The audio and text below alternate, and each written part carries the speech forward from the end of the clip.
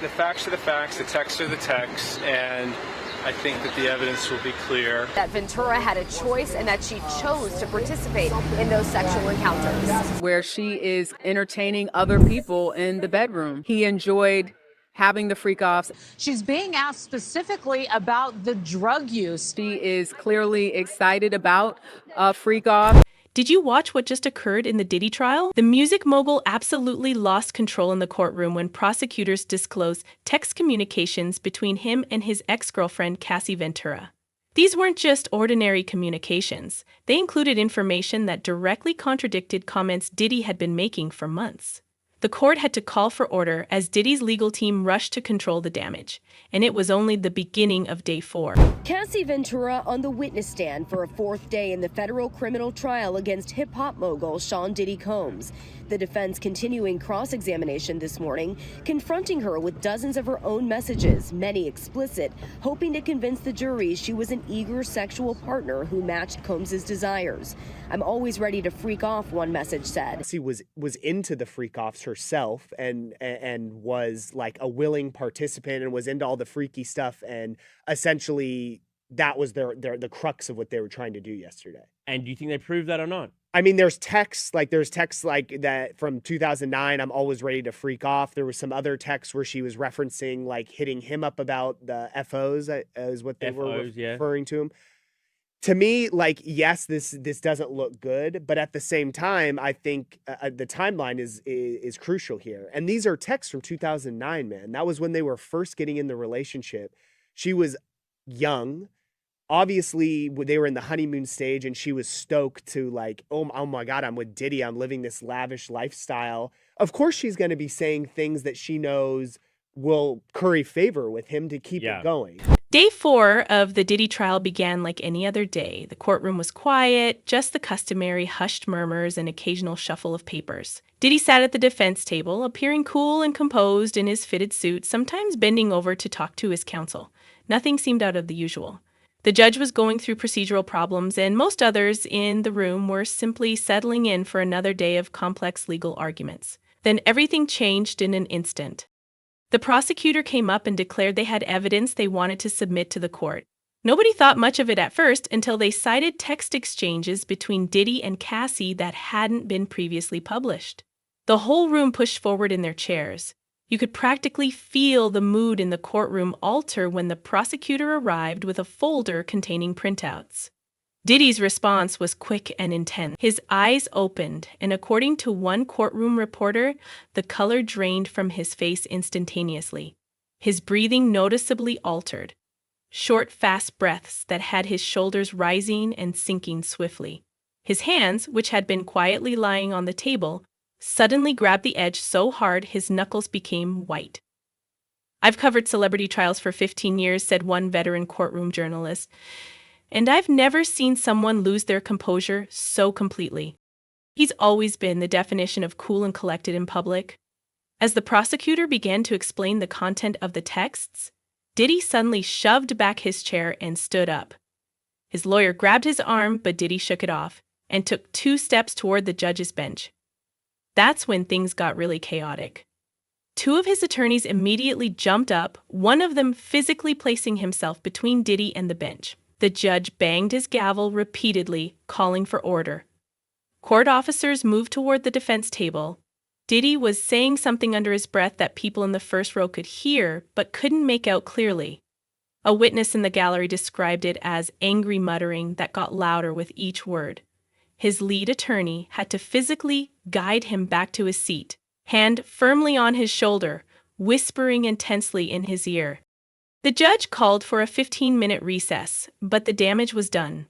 Reporters were already frantically typing on their phones. The normally unflappable music mogul had just lost control in front of everyone. What made this outburst so shocking wasn't just that it happened, it was the timing. The texts hadn't even been read aloud yet. Just the mention of their existence was enough to trigger this response. Whatever was in those messages clearly hit a nerve. When court resumed, Diddy's attorney requested a sidebar with the judge, which lasted nearly 10 minutes. Diddy sat rigid in his chair, jaw clenched, not making eye contact with anyone. The tension in the room was thick enough to cut with a knife, and then the prosecution started displaying the first of the text messages on the courtroom screen.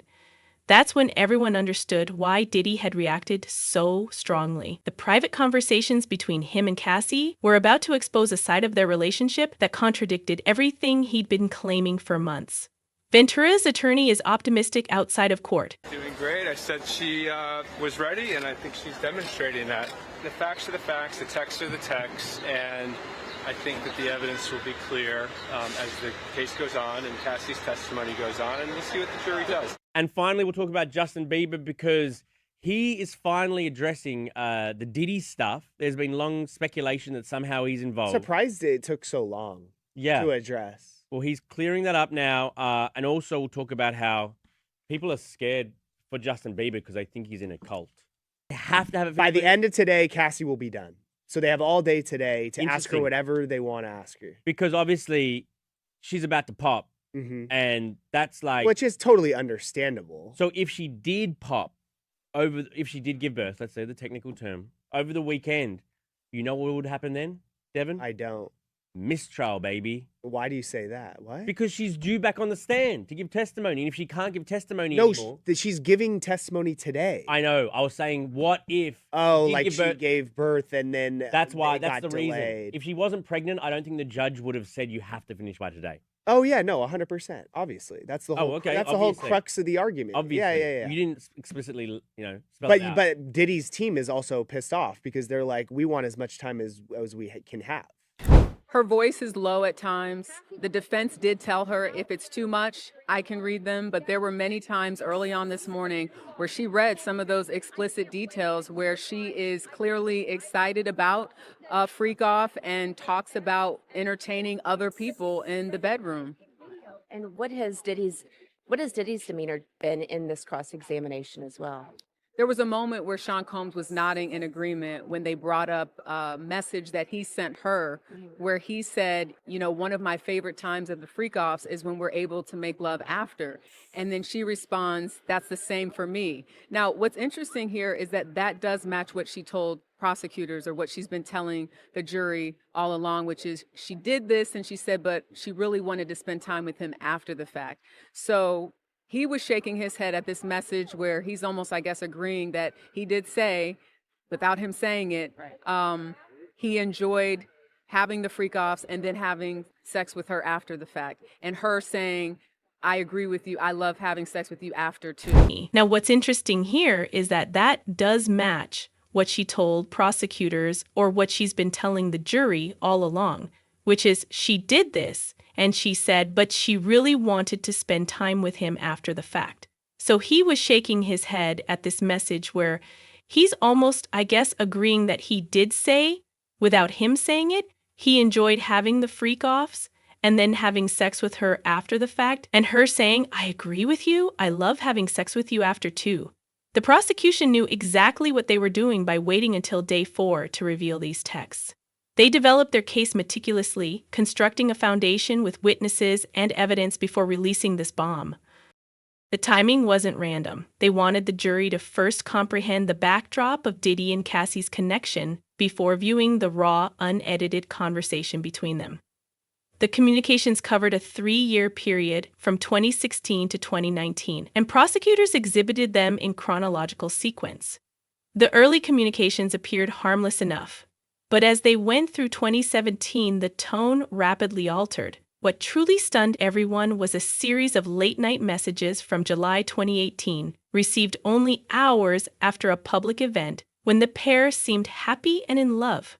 You think you can just walk away? Nobody walks away from me. I made you.